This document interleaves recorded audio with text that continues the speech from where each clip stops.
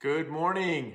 Good morning. We're gonna give you about 10 seconds. So those else who's out there want to join with us. So wait on for about 10 seconds. Okay. Oh.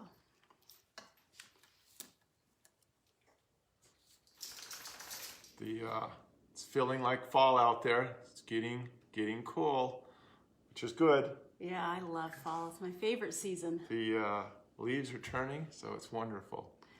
All right. Should we start? Yeah, definitely. So, welcome Bonneville County. You have just joined Breakfast with the Cooks live on Facebook this morning. I'm Sherry, and this is my husband, Kevin. I just had a brain freeze. Well, I will help her. I ran for the primary in the primary elections. Yes, you did. Senate. And you won those primary Yes. elections for District 30 State Senate seat. Yes, we Here did. I am. Look at me waking up. And we're excited. And so now we're running unopposed for November 3rd for the Senate seat. And so unless there's a huge write-in, it's a done deal. But we're excited. We're going to get some big of those 4x8 pictures or campaign signs out there. And if you're interested, I've got some yard signs. Let us know. Sign up. Text me, email me, call me, whatever, and we'll get you some yard signs as well. Would like to put some of those out. That'd be great. Yeah, for sure. Well, you have had a very busy month. I have. You've been busy going to different meetings and different things. It's been a lot of fun. I've learned a lot, met a lot of great people that are working hard in our community. Right. You went to the District 91 meeting. Board Meeting. Board District meeting, yep. 91 board meeting. Let's see, you did an Ammon City Council meeting. Uh-huh. We were able to listen to Candace Owens speak, which was phenomenal. That was the Bonneville Republican Lincoln Day event. That was huge. It was awesome. It was so good. And you also got to tour District 93's Technical High School. Yes. And so we want to hit on a few of those anyway today because Yeah. they're exciting. But maybe the District 91 school board meeting was good. They dealt with the COVID. That's what their big concern is how we were going to address it and keep the kids safe and students safe. And when they did get sent home, how are we going to keep educating them and keep them going? So that was interesting. The Ammon City council meeting, I was amazed. This Ammon City is just bursting at the seams with growth.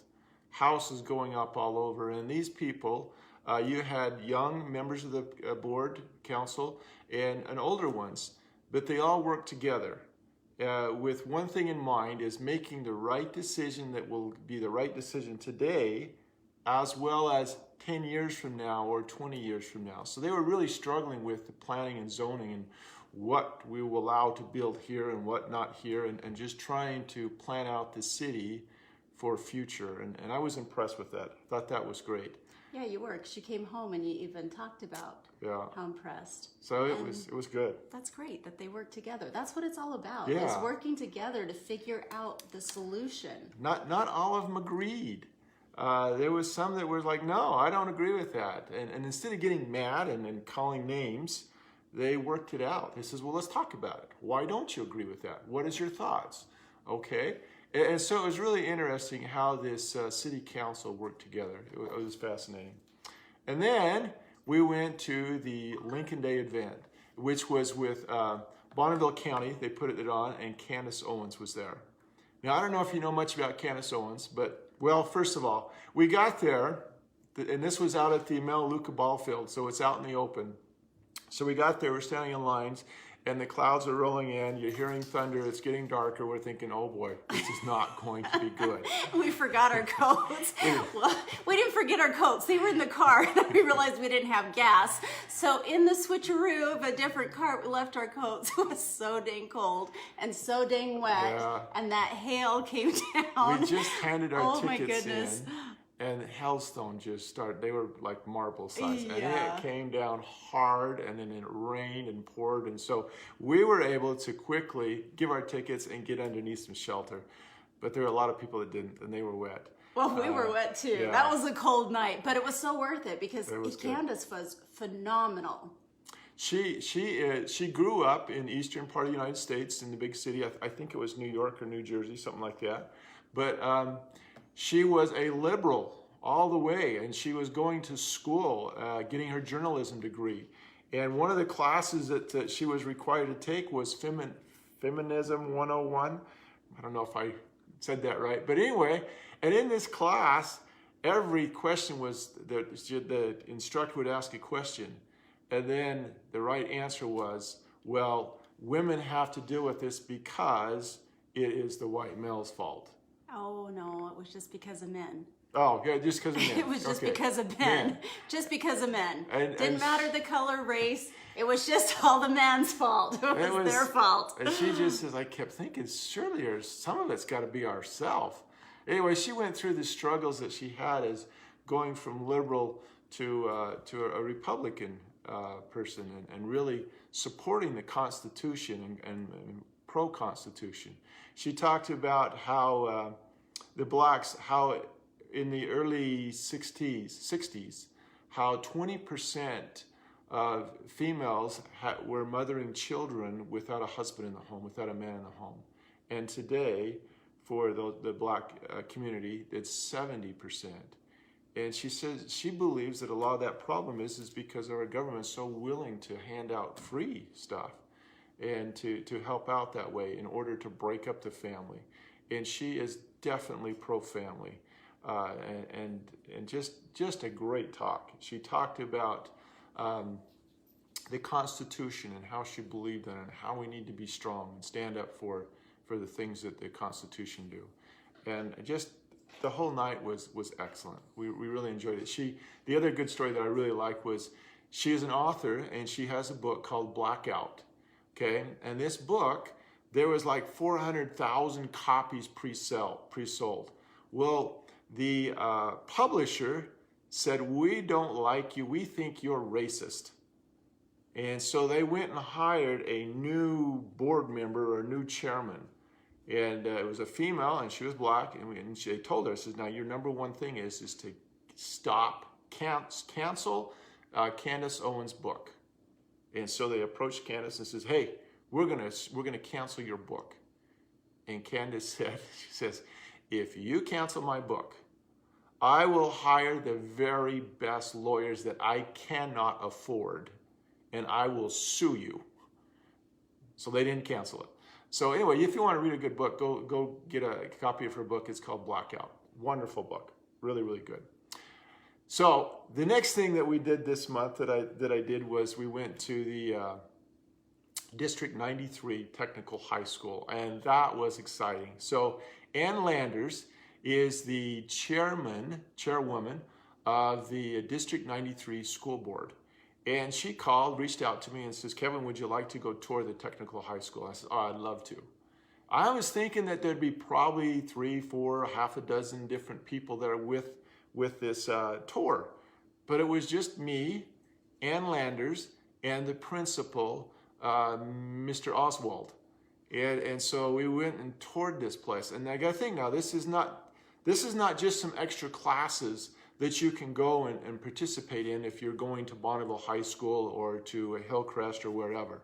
This is a high school, a total high school, everything put together. They go from junior high and then they can enter this high school. And so in this high school, they have a principal, they have their admin, they do everything. They have their curriculum, everything that a regular high school would do. So they took me on a tour, and one of the first things that they showed me that was just fascinating is we went into their nursing center, and they had some mannequins set up. And around these mannequins were a bunch of young men and young women, sophomore to seniors. They were on there, and they were learning how to do heartbeat, to take blood pressure, to to do CPR. This was for an EMT class. And then right in the middle of this classroom, well, not in the middle, off to the side, inside this room was this ambulance vehicle. It looked like it was brand new, nothing wrong with it. It was not an old one. It was a conventional one, ambulance sitting there. And I says, what is this doing here? And he says, well, I got a really, really good buy on it from Utah. And we brought it here. And I says, well, what do you do with it? And he says, well, 2 or 3 times a year, we have a mock emergency. where we have somebody that's had an accident out in the parking lot, and we get some community members in the nursing field and so forth, doctors, and they come in and they oversee this. And so we drive the ambulance out to the kids drive the ambulance out into the parking lot, and with the lights and siren all going, they jump out of the ambulance, they go and look at the victim, and they try to stabilize the victim, and then they put them on the gurney, and then they put the gurney in the ambulance, and they, with the lights and the siren going, they drive back into their classroom, back it in, as if this was the emergency center. And then these kids take this victim out of the ambulance, go put him in their mocked up emergency room where they work every day, and they put this individual, the individual on the emergency table, and they get everything prepped and ready to go before the doctor comes in. And they do that. And it's these kids that are getting ready and getting to understand what they need to do that. The next stop we went is they took us to outside, and here they had a chicken coop and some Holstein calves that they were raising. You love that as a farmer. I loved it. Oh, no, this is right down my alley. So what they did, though, it was really cool, was he says, well, these chickens here, he says, Purina chicken food, okay? Purina, the company. They approached the high school and says, listen, if we buy some chickens and we donate the food for you, will you feed the chickens and document their weight and their measurements and everything about it for, I don't know how long, 9 months or 6 months or something like that. If you'll do that, we'll pay for everything, okay? And so they did that, and with the idea is they're going to document this, and when it's all said and done, Purina's going to take that documentation and they're going to put it on the back of their chicken feed to help sell their product. And so what is this teaching the kids? Well, it's teaching them to basically science. They're teaching how to keep records, how to be responsible. So who feeds the chickens on the weekends? It's not the instructors, it's the kids. These kids make a trip back into school to make sure they feed them. So that was just interesting to see what they did. So the next time we walked into the mechanics, the School of Mechanics. And in there you got kids huddling around cars, and this was a big old building, and there was probably, I don't know, a dozen cars in there. Some of them had ripped the engine clear apart, and they were putting it all back together. And depending on what year they were, depended on what they could do. So they, the small, simple things up to the whole rebuild the engine. But you might think, well, how do they get the engines? Whose cars are they working on? Well, they had one lady come in and says, I got this car. I went to the shop, and they quoted me $3,000 to fix it. She says, I can't afford that. Says, why don't you guys fix it for me? I says, okay. She says, well, let me give you a quote. So they gave her a quote. The quote was $300. Now, what's the difference? Well, they don't get paid for their labor hours. They pay for the parts only.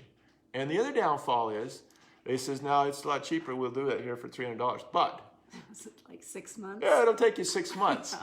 But the lady says, I don't care. This car, I just want to get it fixed, and then I'll sell it. It's been just sitting out in my yard. And so these students are getting real-time, lifetime experience of fixing this stuff. The other thing that was interesting is he says, you know how you go to most high schools and you hear a bunch of swearing and cussing and stuff going on like that? He says, we don't allow that. Well, in the back of my mind, I thought, well, my high school didn't allow it either. They weren't supposed to do that, but it happened. He says, if I hear it, it's not a moral thing that I'm trying to teach them. I'm trying to teach them that, hey, you're going to be in the work field. As a mechanic, you can't be using swear words around customers. And so you need to knock it off. And so the kids realize, oh, this is for a real life job. I need to act like a businessman. And so he's teaching them. So that was really cool. We went to the auto body where they had stripped down the whole car, the fender, everything about it, and then put it all back together. They were sanding and putting pieces on a VW Bug that they had. But also that was really interesting is he took me back in the back room, and they had this little room, and they had the high-end tack paint mixers, and I don't know anything about it, but he says it's one of the best in the state. He says, in fact, there's some major car dealerships here in town that cannot mix the type of paint they need because they don't have the technology, they don't have the equipment. And so they come here to our high school and we mix it for them. And in repayment for us doing that, they will give us 3 or 4 or 5 gallon buckets of base paint. Well, that's kind of cool. Okay, and then we moved over to the tire center, and he says, oh, Kevin says, I did not want to be a tire shop. I did not want to do that. I just didn't want to get into that. But he says, you know, technology is into tires now. How often do you get into your car and the light shows up and it says, oh, you're under pressure. You need some more air in your tires. And he says, so it gets cold. Yeah. So there's some PLCs involved with these tires. And he says, we've got to teach these kids electronics. And these businesses, the local businesses are coming in and saying, hey, I need somebody that understands this. My workforce is 50 years old and they're going to be retiring. I need some new blood that understands this. So please train them. And so he did. The other thing that he did was he said, you know, getting cars aligned, their tires aligned. He says that is a losing art. People are not learning that anymore. And they're coming in and says, hey, we got to have somebody. I think it was Big O Tire and somebody else says, we got to have somebody that knows how to align tires. And Principal Oswald says, well, that's a lot of money. I can't do that. So he got busy and wrote some grants and found some people that would help him out. So I think it was Hitachi that had this state-of-the-art tire alignment equipment. It was $30,000. And he says, well, we'll give you a discount on it. And so they sold it to the school for $15,000, which is incredible. And so now we have these kids, these students, learning how to align tires, right, and learning that. So the other thing is the welding. The welding was really cool. You've talked about welding Yeah. before. In fact, you remember Doug Sayer of Premier Technology. He said in a one of those city meetings. City Club. City Club. He says, I could hire every welder the state of Idaho could put out today, right now, and I would still not fill all of my openings. Well, a lot of these people are coming to the high school saying, hey, I need some welders. And I need them to learn how to TIG weld or to arc weld or settling weld. And obviously, I don't know my welding here. But I think those are accurate names. But anyway, he says, I need to know that. And then he says, well, you got to help us out. He says, we'll get the kids, help us to know it. Bring your equipment over here and help us out. And so they have 2 stations for robotic welding at a high school.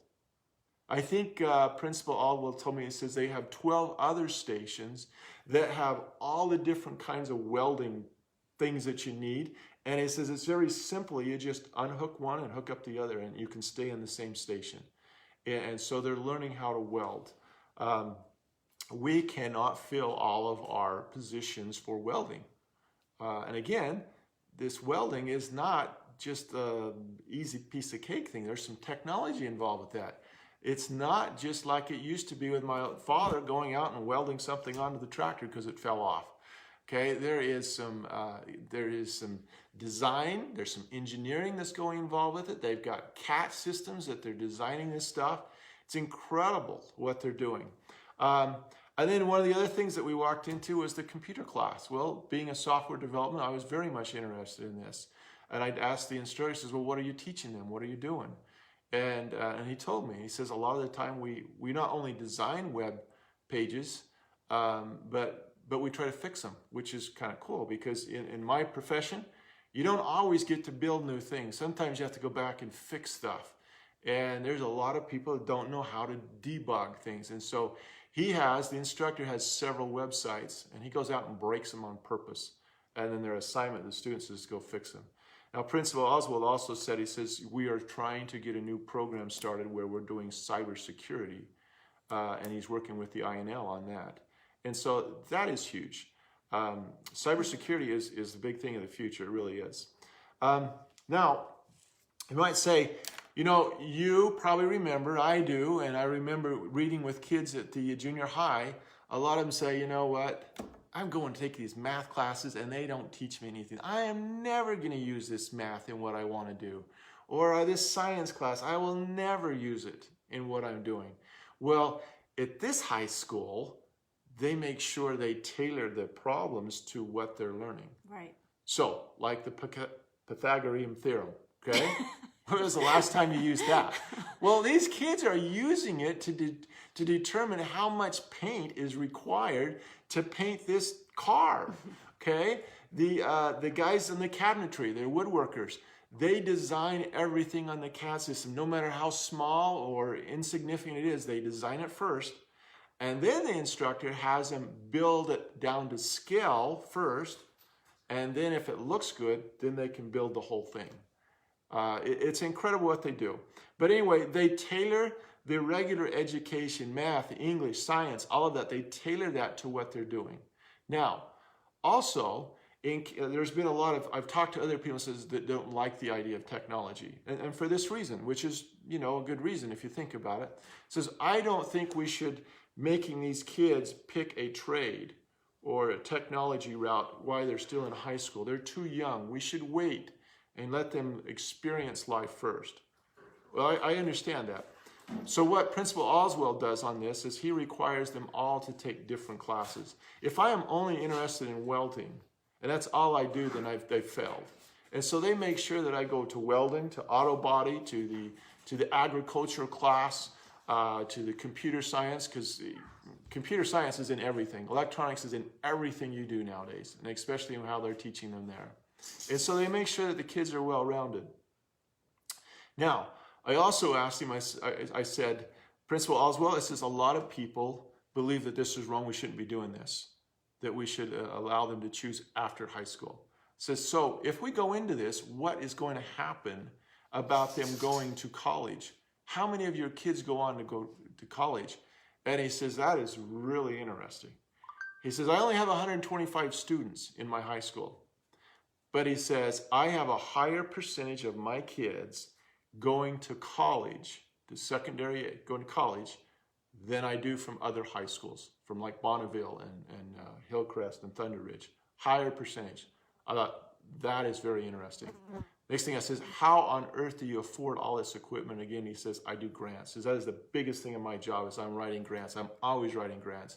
But we also having businesses from outside coming in saying, I need some people that are educated in this field. And he says, we very quickly, and with their help, we very quickly design curriculum and get some kids going on that. And so we can support that. Well, and didn't you also say with the college, because they have a way to support themselves in college, they have this trade, whether it's welding or mechanical or whatever, they have an actual trade that they can do that pays for them to continue to go to college. Think about when you were in college. For those that want to. Think about when you were in college. How much money were you making, or were you just piling up debt? Well, a lot of kids, they refuse to pay out debt, so they go work at McDonald's, Burger King, some of these things that are just paying minimum wage. Well, these kids in this high school, when they graduate, they will have a trade. They'll be able to go work and get 30 to 20 bucks an hour while they're going to school. If they want to go to school, and if not, they're in a great trade. Yeah. I don't believe college is for everybody, and thank goodness, there's people that know how to fix my car or whatever. But the problem is they are having to get an education. They are having to, because electronics is in everything. And this high school is amazing what they've done. Okay, we've taken way too much time. Let me just give you some facts and figures that I found really interesting. So 16 of the 20 fastest growing careers in Idaho require STEM skills, STEM skills, science, technology, engineering, and math. All four of those need to learn how to count. We are struggling this morning. All four of those are being taught at this technology high school, Anyway, so Idaho currently has 7,633 unfilled STEM jobs. 7,633 unfilled. That is amazing. That results in about $516 million in lost personal income. That's huge. Idaho is also losing out on $27.2 million in income tax revenue. We need technology in our high school. We need to have it in there for those that want it. Also, you think, okay, I'm sitting in 8th grade and I'm reading with these kids. That's what I do on my day off. I go and read with the kids. Not this year because I don't have school on Fridays, but many of those kids say, I'm going to drop out of school because there's nothing here for me. Well, if we were able to say, hey, do you want to learn how to weld? And you can go get a job right out of high school. Do you want to learn how to do some computer to program? Give them something, reason to stay in school.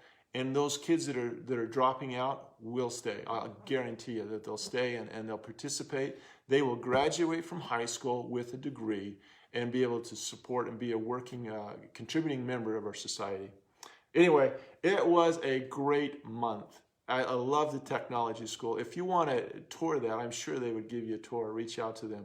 Or if you have an old car sitting at your house, you need it fixed, but you're not driving it, go talk to them at technology and they'll fix it, and you're going to help some kids get an education. I think it's called technical, isn't it? Oh, technical. I think so. Sorry. It's technical. It's your computer lingo coming in.